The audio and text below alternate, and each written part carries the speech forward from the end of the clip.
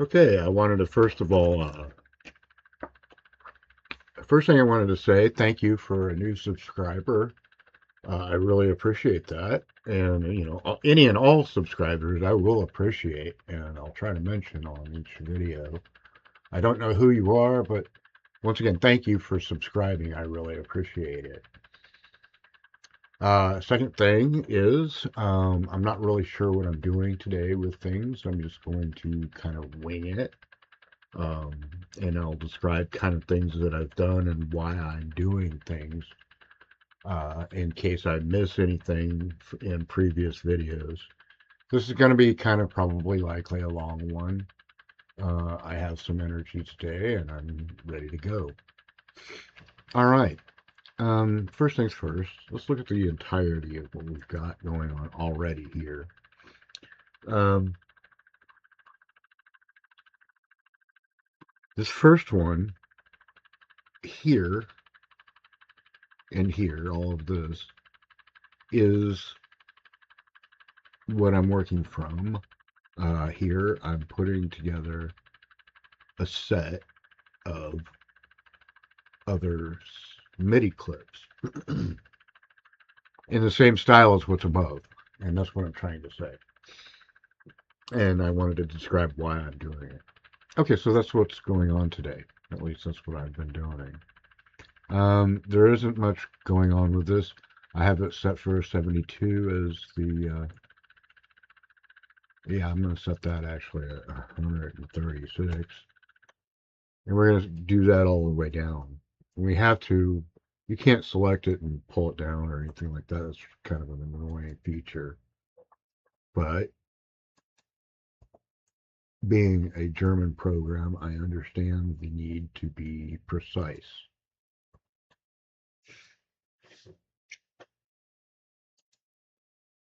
Okay, so we're playing this. Not only that, nothing's going to happen because I have this button turned off down here. Even though they, as you can see, they're all,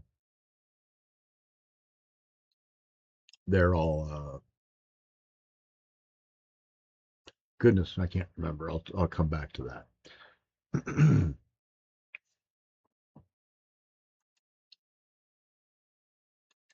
Their follow action is all set to next. That's what I was going to say. Okay, given that, let's go ahead and just kind of turn that on and we'll try again. There we go, the follow action's going on. Looks like we've got a little bit of some percussion going on there, which is available.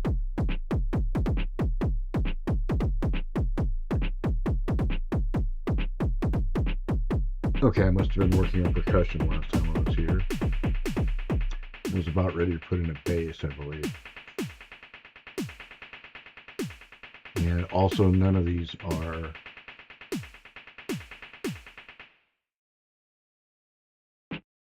these are other, okay.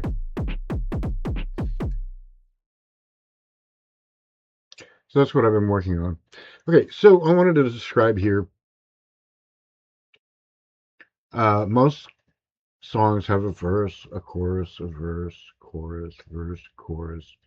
Somewhere in there, there's going to be a bridge, and then back to a chorus, usually before it ends the song.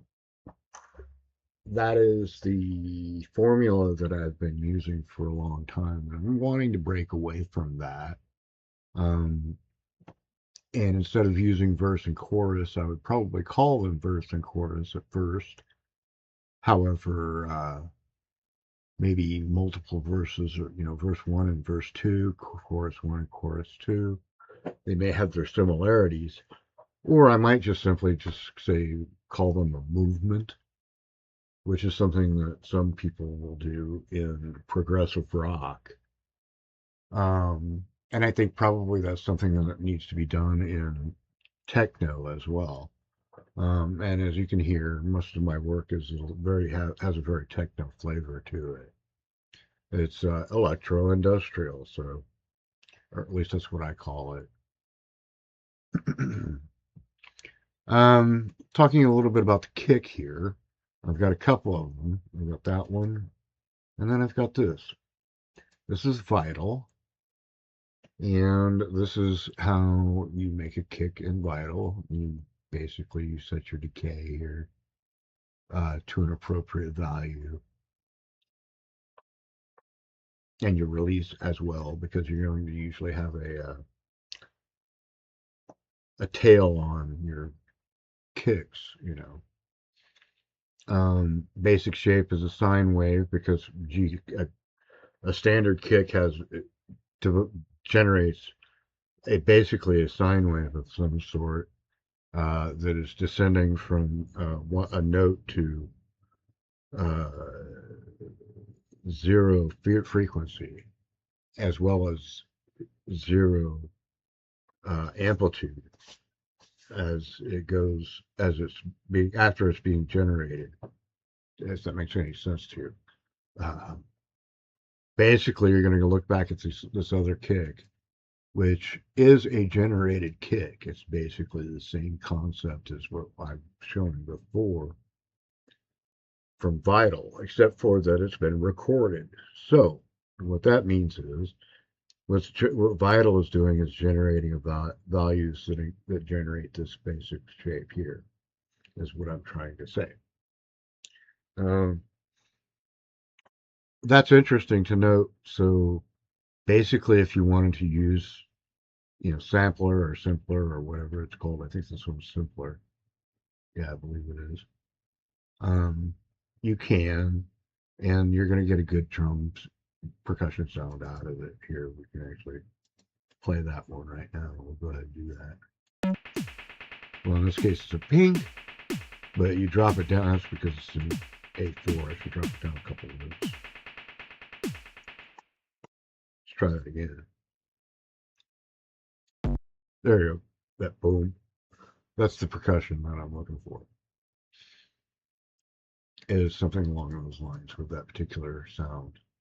Um, and really, kick two is more used than kick one, so it's kind of arbitrary how you set these values of one and two on that.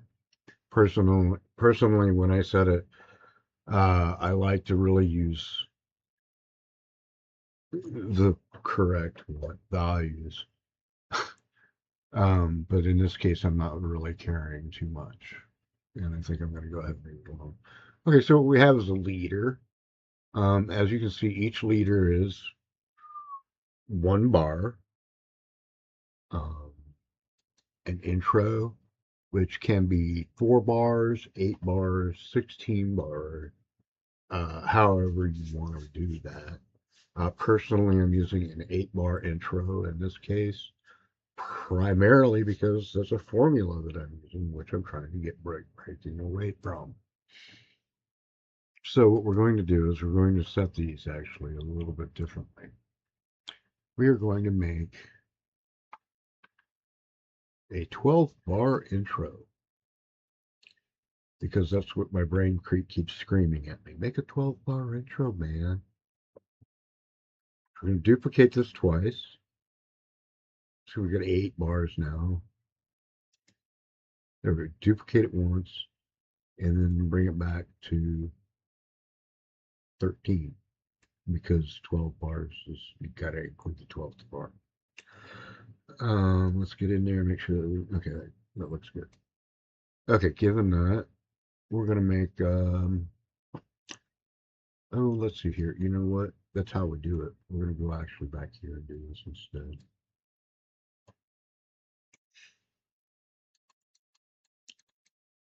Actually, turn this off again because we want to. We're going to click that one.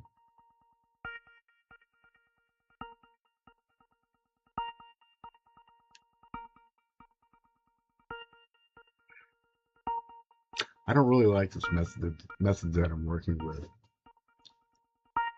I really just want to make a. I don't want to have to color it. We're going to color it red. There we go. Now I can actually see it in here. There we go. That makes it even more visible. And we know we're in A#3.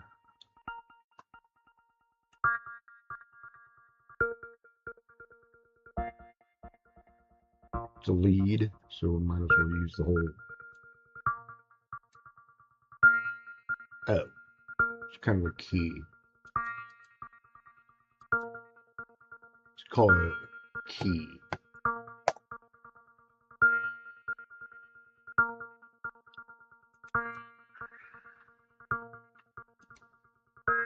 I don't know if it's actually a key or not. It says a normal lead. And I kind of don't like it. I'm going to select a different one. Here, let's go. Noise Geek seems to scream at me. We want to lead.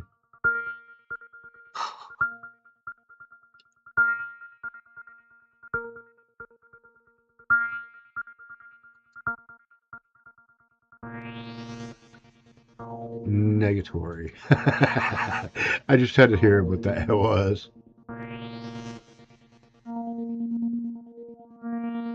Alright, we can use that. That's useful. I don't know if it's how well it's going to go in here. Usually I don't really like to select patches as much as I actually like to twiddle the dials.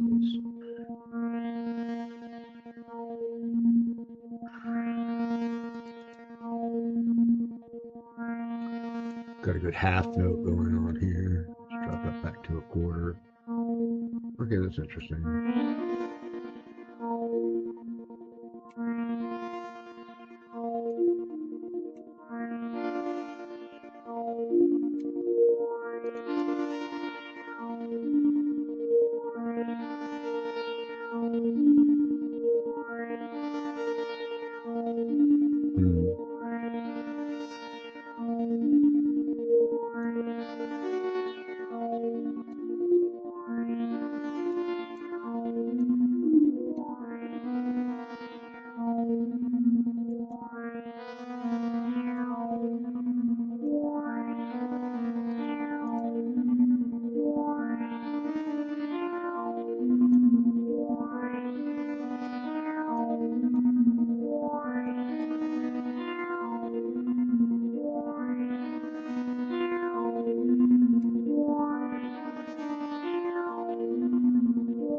That sounds kind of interesting. Maybe what we'll do is come back to that. I kind of don't really like the sound of this, to tell you the truth. But it is a nice sound, but I'm looking for something a little bit more harsh. And that's not. In my head, I've got something a little bit more harsh in mind. So we're actually going to turn that one off and just leave it alone for now. In the meantime, it's possible to copy this MIDI clip around and see where it goes. Put it on the bass. Play it.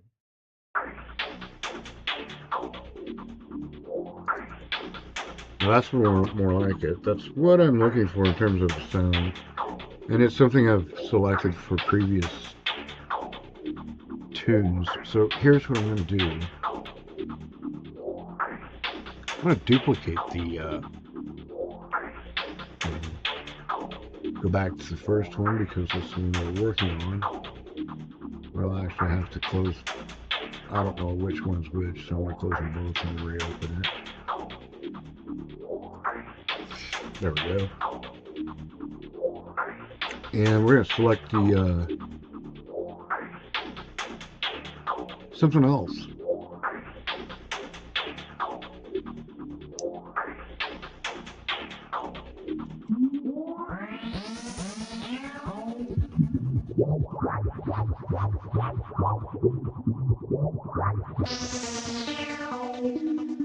Ooh. I kind of like that. I like what the auto filter is doing to it.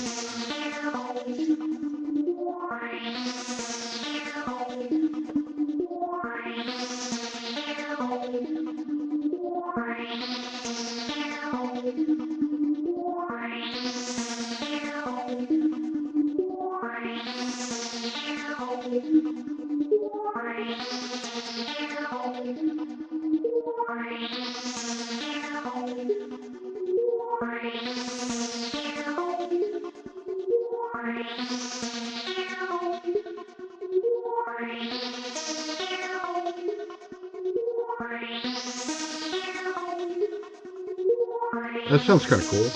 Actually, that's a little bit better than the sound going on there. let's reverse that right over here.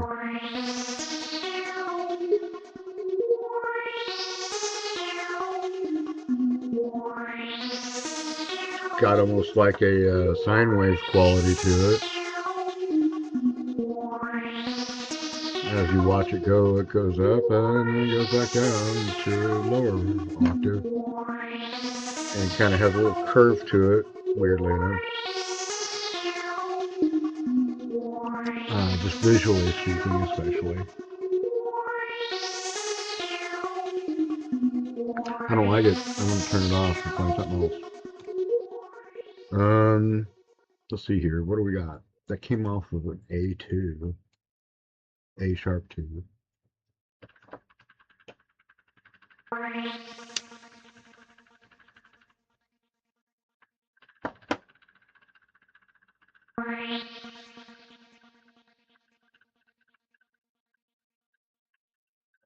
That really needs to be a lower octave.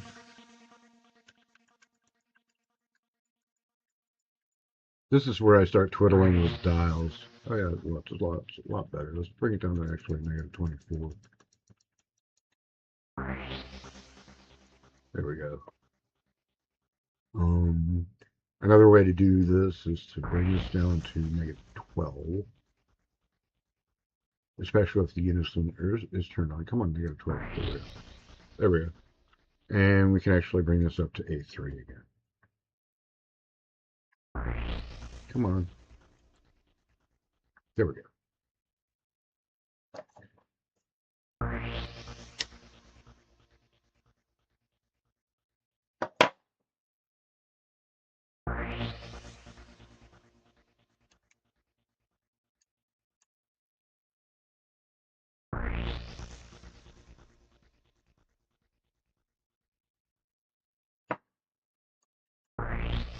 All right, now what we're going to do is bring that up again. A4. Oh, that's better. Yeah, we need to make that up higher now. Almost there.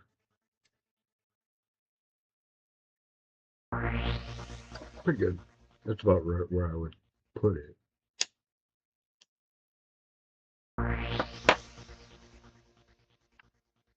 Folks, if you don't know what I'm doing, basically what I'm doing is tuning the synthesizer to the sweet spots that I like.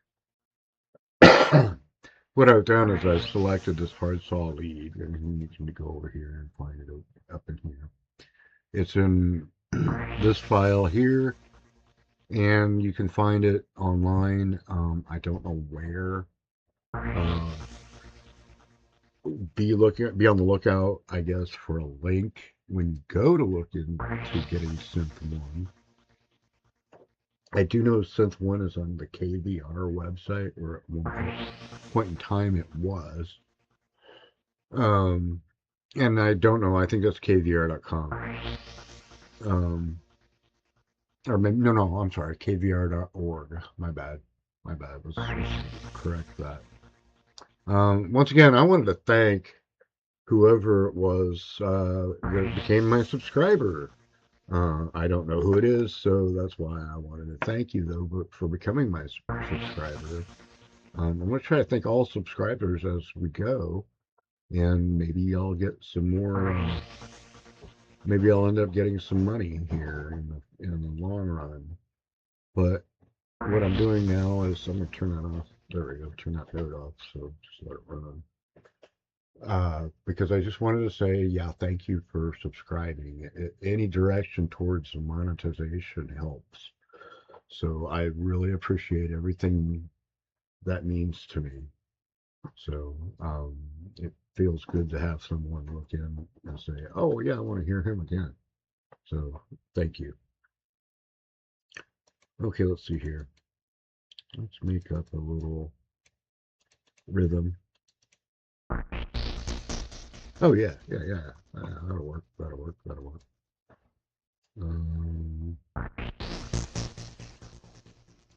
we go. That's probably good. Actually, here, make that. Yeah, that'll work. We can double that up. Got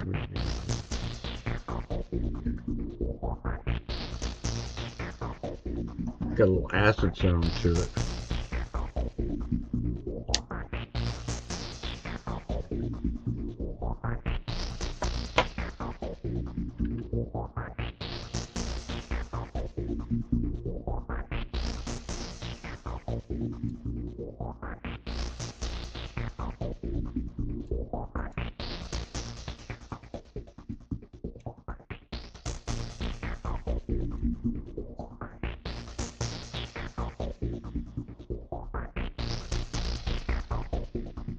Okay, I'm going to try something.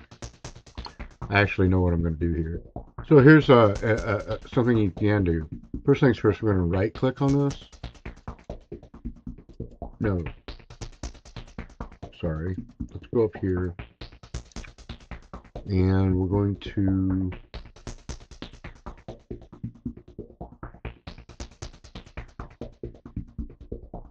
open this up for configuration. And then we're going to select that, not that one, we want the decay, more specifically. Probably be good to have something like saturation, possibly frequency, your resonance as well. And you could do the same thing for up here, but the decay is the one that makes an interesting noise. It has an interesting effect on the sound. Okay, so what we do, as you can hear, I'm adjusting it now. And if you look down here, you'll see that the decay is in motion when I adjust it. Watch. Well, that means you can right click on this bad boy over here. Show automation, right? We could do that. Or what we can do is set it to an LFO, which is what I would really prefer to do. Why do I want to do that? Well, first of all, let's find the LFO. It's going to be in your audio effects. And LFO is considered to be a, let's put it at the very end, an audio effect.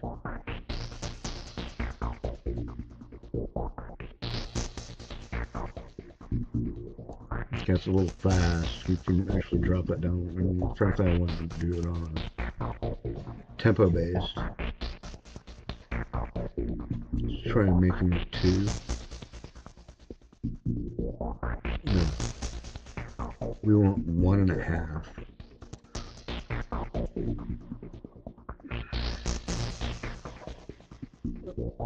And then you can tune this a little bit. I'm going to bring the offset up to 50%, the depth down to 50, and that puts it basically what it does is it makes the amplitude half what it was on the LFO, and then sets the offset to be above 0 when you're looking at it, if you consider it to be like an oscilloscope, which I guess that's what that is.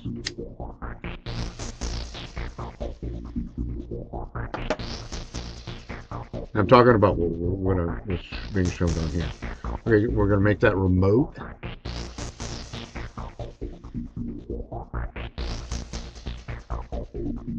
And one thing what we can do here, actually one thing we want to do is look and see what the value basically up here on the, here, I'll bring it down here, over here. This value right here, you can see that it's moving and it's in motion here, and that's because it's mapped to here. Okay, that's what we wanted to do. There we go. There's a neat little thing that we can do. It just makes things a little bit more information, or gives it a little bit more life, you know. And if you make it too low, there's another way of doing that. What you can do is set the depth back to 100, and the offset back to 0 again, and you can actually do it by using percentages. which probably makes more sense to some people, and that's what I was trying to get to, is select remote here instead of mod, and bring that up to 50% to 100%, and boom, it's going to do exactly the same thing. And as you can see in here, there's zero difference. This is probably a better way of doing it, and here's why. Because you can open that up, and you can do all kinds of stuff here. Let's fool around with the filter frequency, for example.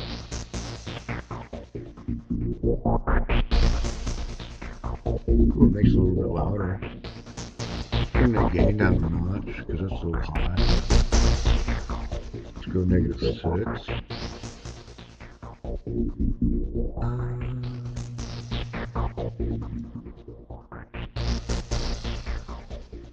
Let's go actually -12. Did I do it? No, I didn't do it. Here, let's make that -12. Come on. There we go.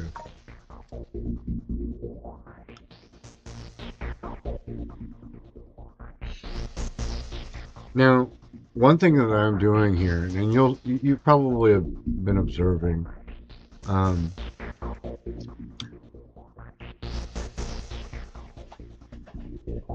in Ableton, not only does it teach you how to mix, Ableton also teaches you that you want to basically do what I have philosophy of what's called crop in the camera. Okay. In photography, and similarly in Ableton, there's a developmental stage.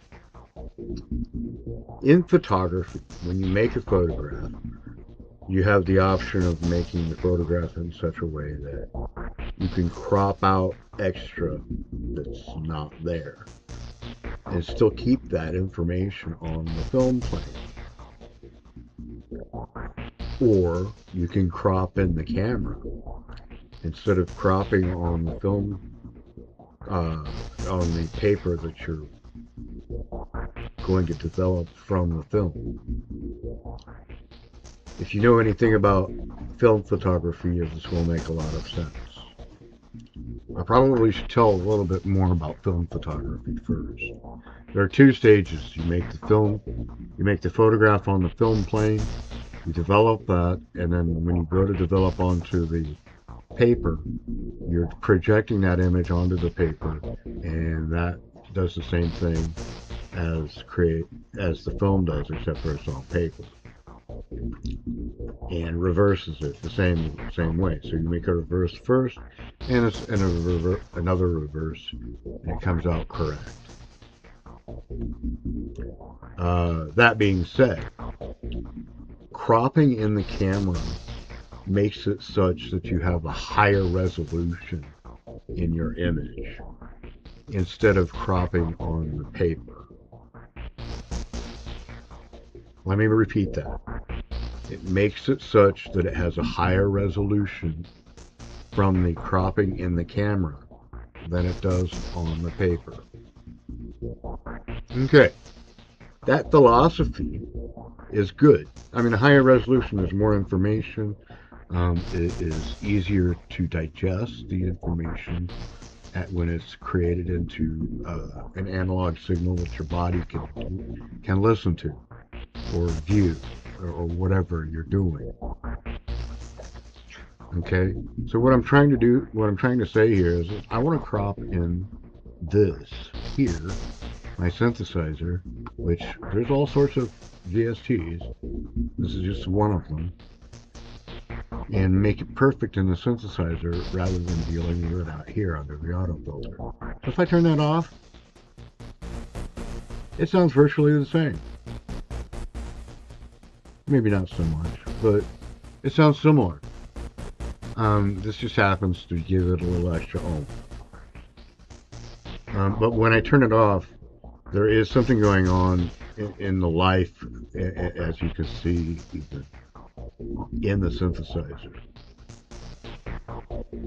And that's the first place where you want to make any changes. This gain, for example, is really making me annoyed. I'm actually going to bring that down to 64. I have a reason for that number. I've experimented with this for a very long time. And 64 seems to be unity. Anything over that's going to be over unity. Unity is 0 dB.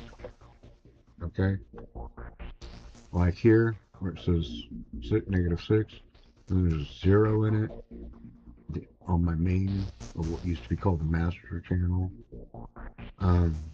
0 dB is unity.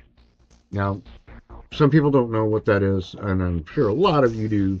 If you're here and you're watching and listening what I'm trying to do and accomplish,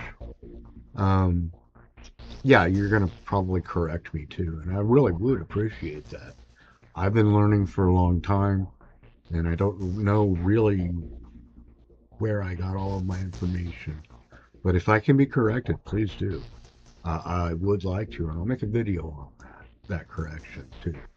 As a matter of fact, I'll make an individual video that is just posted out there. But anyway, I like this. I like the rhythm and the rhythm structure and the visual nature of it. Visually, I like it. I like what I can do with it. Some of the things that I can do with it. Here, like I can make that go up there. There we go. We can actually do it here too. Listen to that.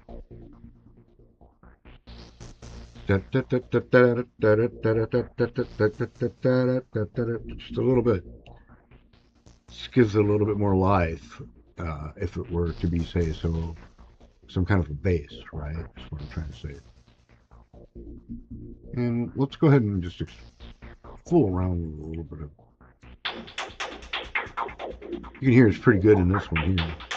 And this is the TR Bass 1 that we started off with. And I just moved it over a couple of that.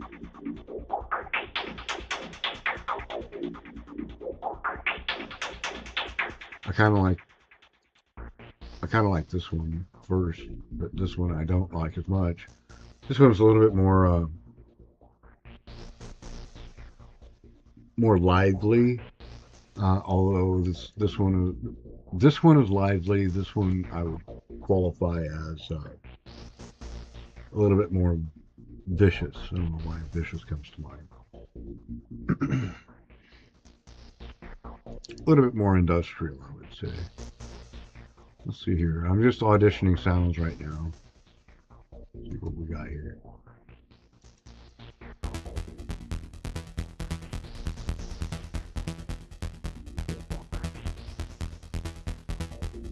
Those two kind of go like nice together.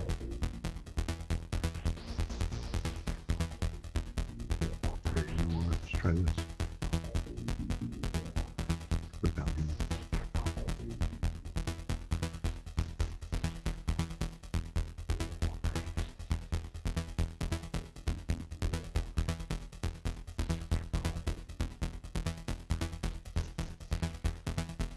I want to talk about what I'm doing and why I may not actually create a full-on song today.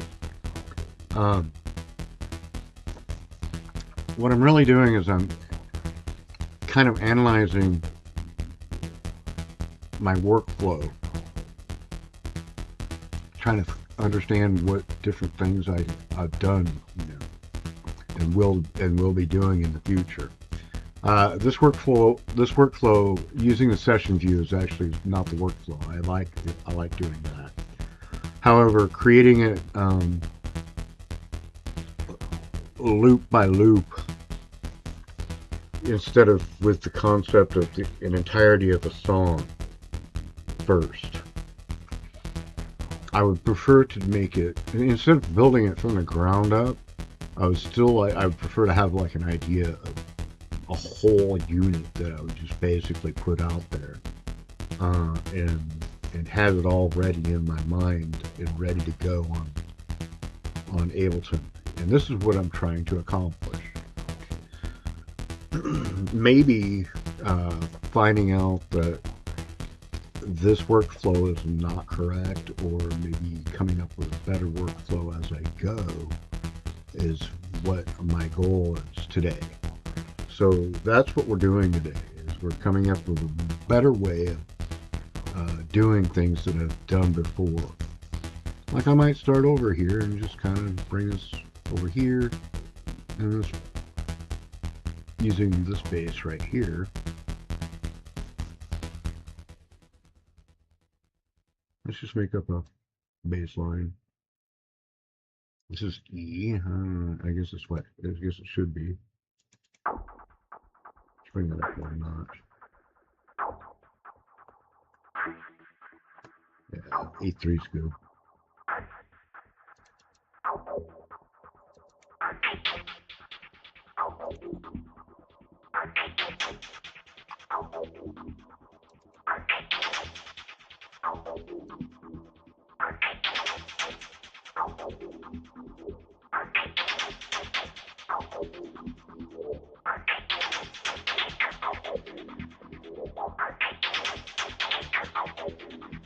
There we go. Yeah.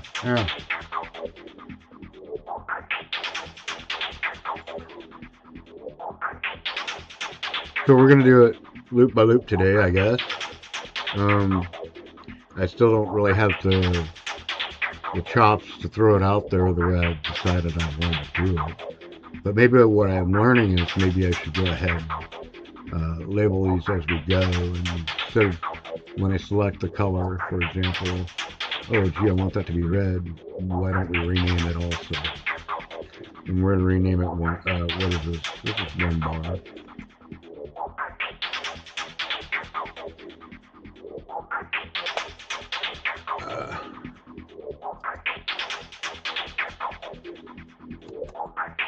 Tedious.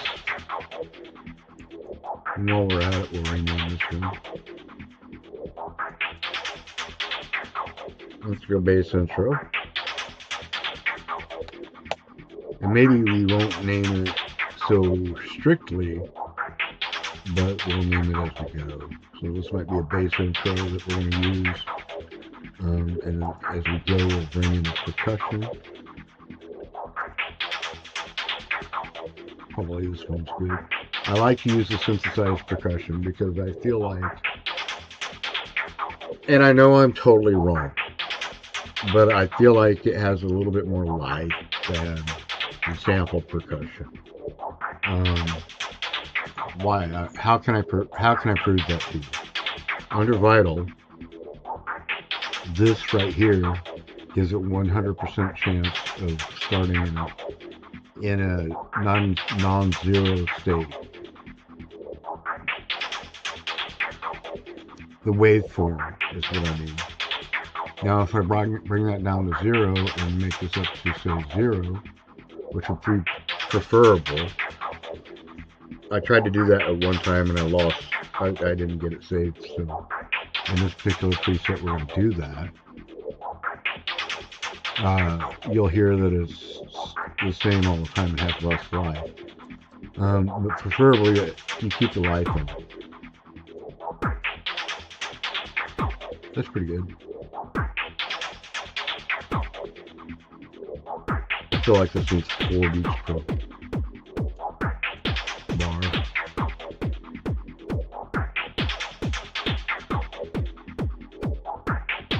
Bring it down another octave.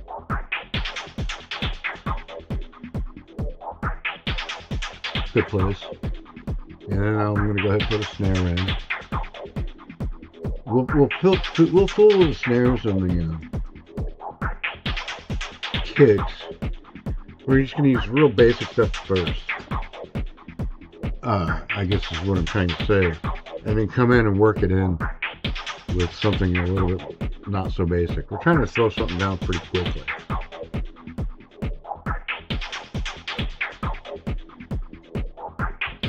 Of course, the idea here is this being a jam session. It's like, you don't write a full song necessarily in a jam session, although it's possible. And oftentimes it happens that way. And happens much more probably often than I think.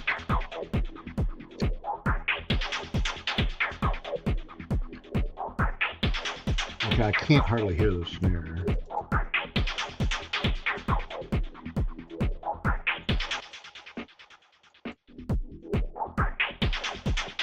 Oh, I see. Okay, it's in there. It's just 30% left.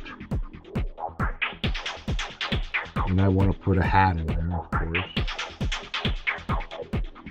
And we'll go ahead and put it up here. The hat doesn't matter so much because it's a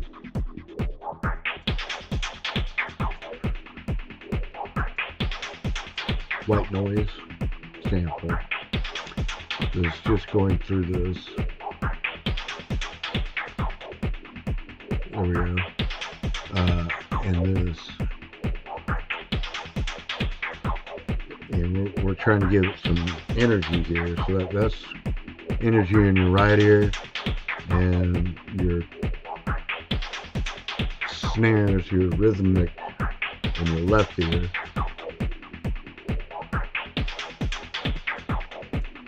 And then of course this is centered. Kicks are typically centered in the stereo field.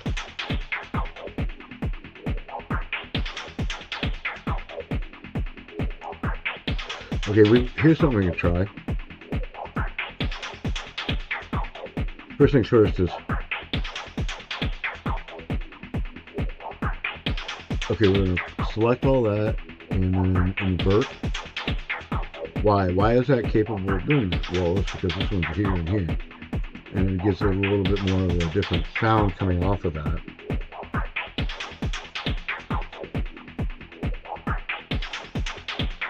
Okay, that's cool. Let's try this. Duplicate. What we're going to do is we're going to remove this one here.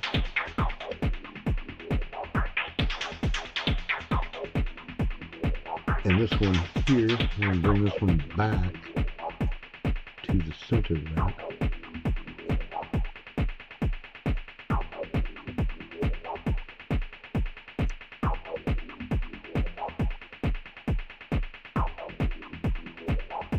Kind of gives you a little bit of space to put some other thing in there.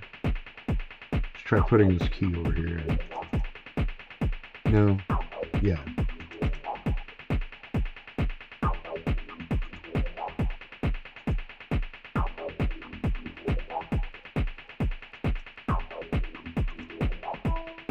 This is the one that I didn't like.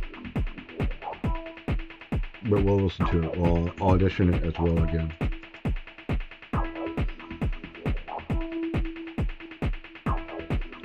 Okay, maybe what I can do is take this bass and actually bring it over.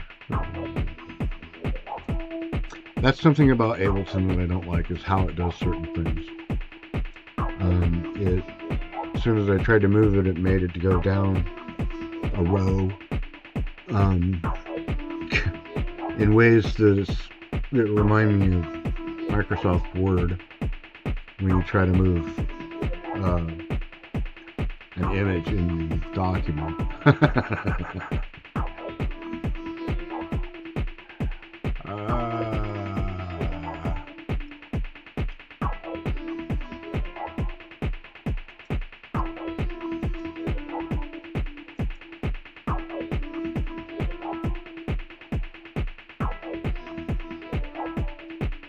Well, it looks like I've had a view.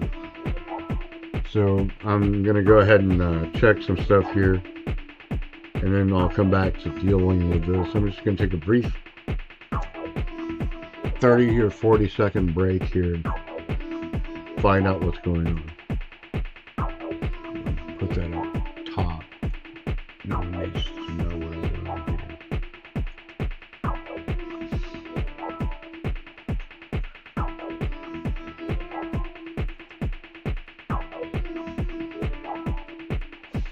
I can't even see what I'm doing.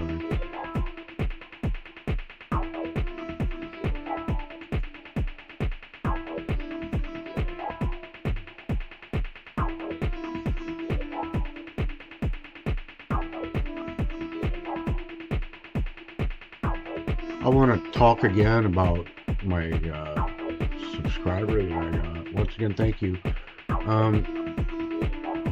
Let's see here. We're in a live performance. Oh, actually, let's go live.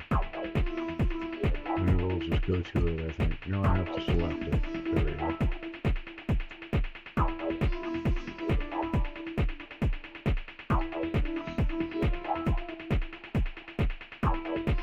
Oh, we had a view a little while ago. Okay, well, thank you for viewing and stopping by. I hope you liked it.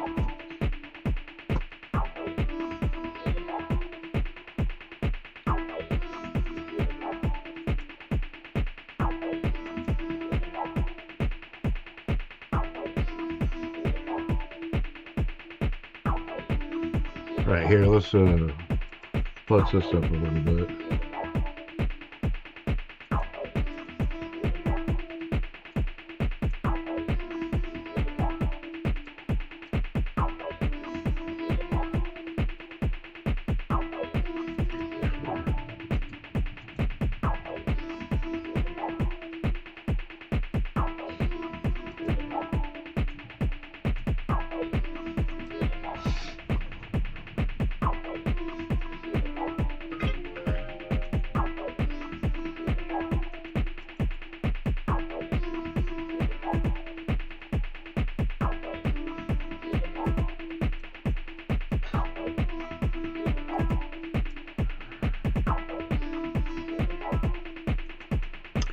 Okay, here's my logic about making percussive sounds.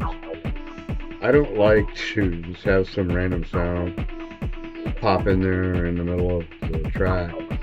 If it's in there, there's a reason for it. Now, that being said, I'm not saying I don't like variation. I do like variation. Percussive sounds aren't supposed to be that varied. There is supposed to be some change, yes. Don't get me wrong, but they are the driving force in basically between the bass and the percussion. They're the driving force of your song. You should be able to recognize, in theory, the song from percussion and bass alone. Okay? And that's an important thing.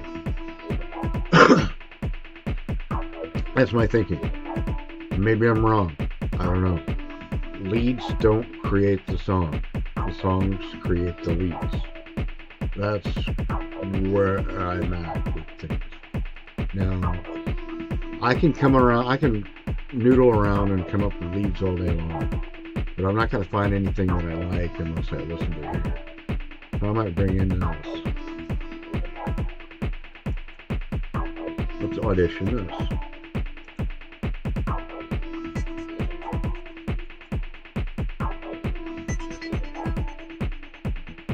No, let's try Next Door. That's pretty good, actually. Alright, well, one of the things that I can do here is I can actually... Oh, hell.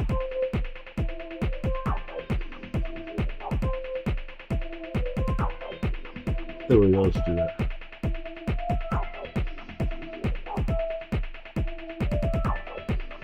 There's a call and response sort of thing going on now.